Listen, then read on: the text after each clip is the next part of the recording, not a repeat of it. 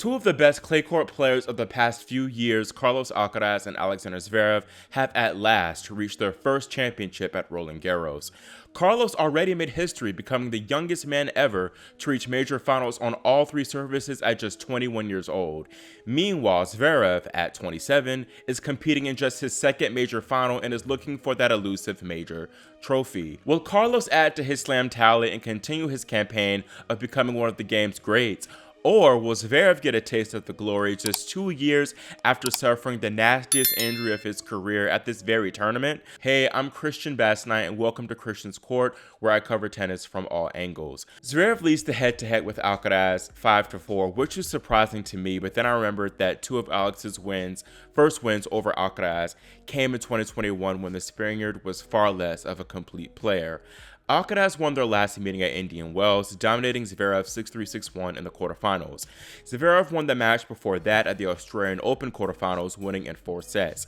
Their last match on clay was in Madrid last year, which Carlos took 6-1, 6-2. And then their prior lone meeting at Roland Garros was in the 2022 quarterfinals, which Alexander took in 4 sets. Their previous matches have not been that competitive and compelling, but I believe this final will be different and we'll be giving it a treat. I'll get into more of that a little bit later. Now, Carlos has spent 3 hours less on court compared to Alex, and this is from him not being tested as much in the earlier stages of the tournament. Carlitos earned impressive straight sets wins over tough opposition like Sebastian Korda, Felix Auger-Aliassime, and Stefanos Tsitsipas. He was tested a lot by his arch nemesis Jannik Sinner in a messy, topsy-turvy semifinal.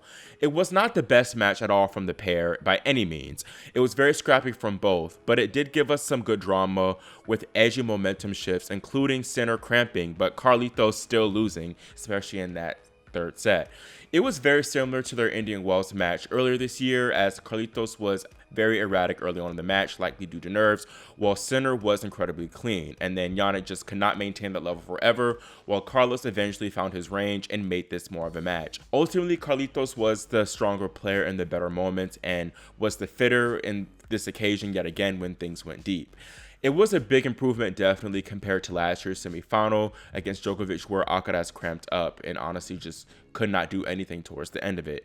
Zverev, meanwhile, has had a couple of tough 5-setters en route to this final. After beating Rafa Nadal in the opening round, Alexander recovered from 1-4 down in the decider to outlast Talon Griekspoor in the third round. In the following round, in round 4, he was points away from falling to Holger Rune, but once again prevailed in 5.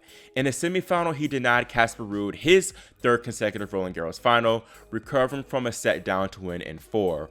Ruud unfortunately suffered a stomach bug, which definitely impacted him, but Zverev was still too solid from the ground. He also gave another masterful service display, serving 19 aces, making 68% of his first serves in the box, and then winning 86% of points behind that first serve. Now, looking at the biggest factors I think we'll need to look out for in this match, first, of course, the Zverev serve. I think Alexander will need to continue using the serve as a big weapon for him against Alcaraz. He served tremendously in their Australian Open quarterfinal, but pretty poorly in the US Open quarterfinal. He only won 28% of points in New York off the second serve, so that's definitely got to improve. Alcaraz's serve, meanwhile, will be pretty interesting.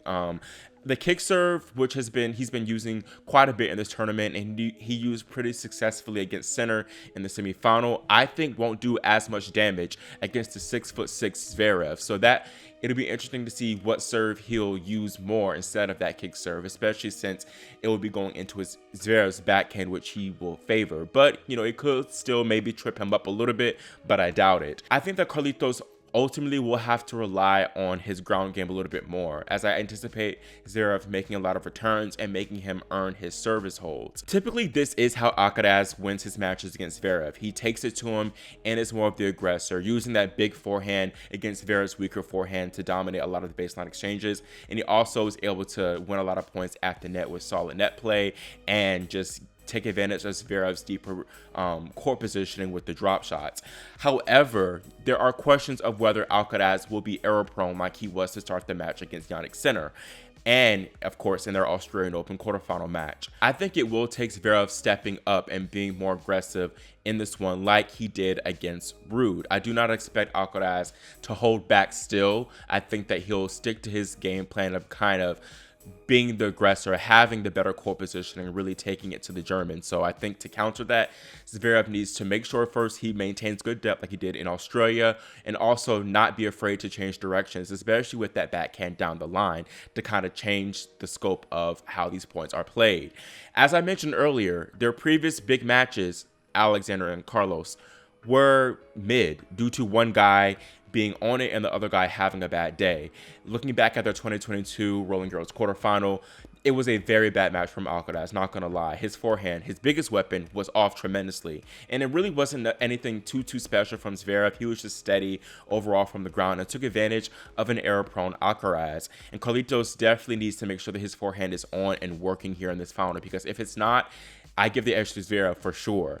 In that Australian Open quarterfinal match, Zverev absorbed Alcaraz's pace very, very well. And once again, Carlitos made more errors, and his forehand still was not a strong shot like it normally is. It was not a great match from him by any means. Meanwhile, it was perhaps one of Zverev's best of his career. Zverev served and returned so much better than Alcaraz, and he also made the Spaniard work in all of his service game. Alcaraz really struggled to hold a lot of times, so often. Zverev needs to make sure he continues to make life hell for Carlos on the Spaniard serve. Now, looking at the matches to where Alcaraz came on top, most notably those two previous matches that Carlos came on top, Indian Wells and the US Open quarterfinal. He was just the better player, Alcaraz was. He was the better server too, and he was just more clean than Zverev. Zverev was a little bit error prone himself in those two matches. The forehand, which is his Achilles heel, was Achilles healing, was not very solid, and Alcaraz took full advantage. And I do not expect, though, a similar situation here, and I believe both guys will come out with a solid level and give us a competitive final that we deserve to watch. Both men have gone through a lot of adversity in getting to this point, and I think those tough moments could decide this outcome. Alcaraz, as I keep mentioning, did not play his best match against Sinner, and that was his scrappy match of the tournament. When you win a slam, every player, most players at least, have a match where they are pretty off and, it's a little bit shaky. And I think for Carlos, it was him in the semifinal. And I think that's a great thing for him in having that moment against the new incoming world number one and still being able to come out on top in 5 sets. That would give him a lot of confidence, especially knowing that Sinner has been the best player on tour for much of the year. You can't deny the confidence that a player has after getting such a win like that. Also, Zverev had lost his semifinals here 4 consecutive occasions at Roland Garros, and I think him finally getting over the hump and being into the final could just let him play more free. He's finally got the monkey off his back, and he can come out and play the best match of his life if he does have that I have nothing to lose mentality here. Carlos has been in this position before. He's 2-0 in Slam finals, and he has, I think, a lot less to lose, in my opinion, compared to Zverev, though. Alexander is 27, and he doesn't have as many chances compared to Alcaraz. He still, too, might have PTSD from his lone other Grand Slam final, the 2020 US Open, where he was 2 points away from beating Dominic Thiem and fumbled a 2-0 lead.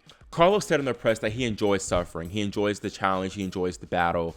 And I just think he's a better, bigger match player, in my opinion. Still don't know. Zverev has proved himself time and time again in this tournament that he can grind, he can play.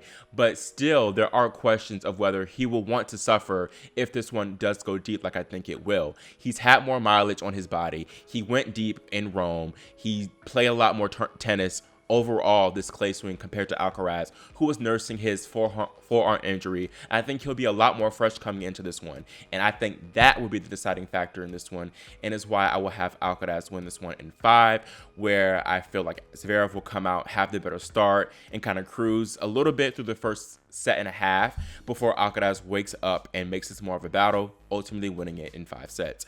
That's all I have for this brief men's final preview prediction, and let me know in the comments whether you agree with me in having Alcaraz win this in 5 sets, or do you think Sasha has it to where he can overcome the Spaniard and finally claim his maiden Slam title. Also, make sure you subscribe and click the notification bell so you're notified whenever I post my post-match thoughts. Thank you so much for watching, and I'll see you next time here on Christian's Court.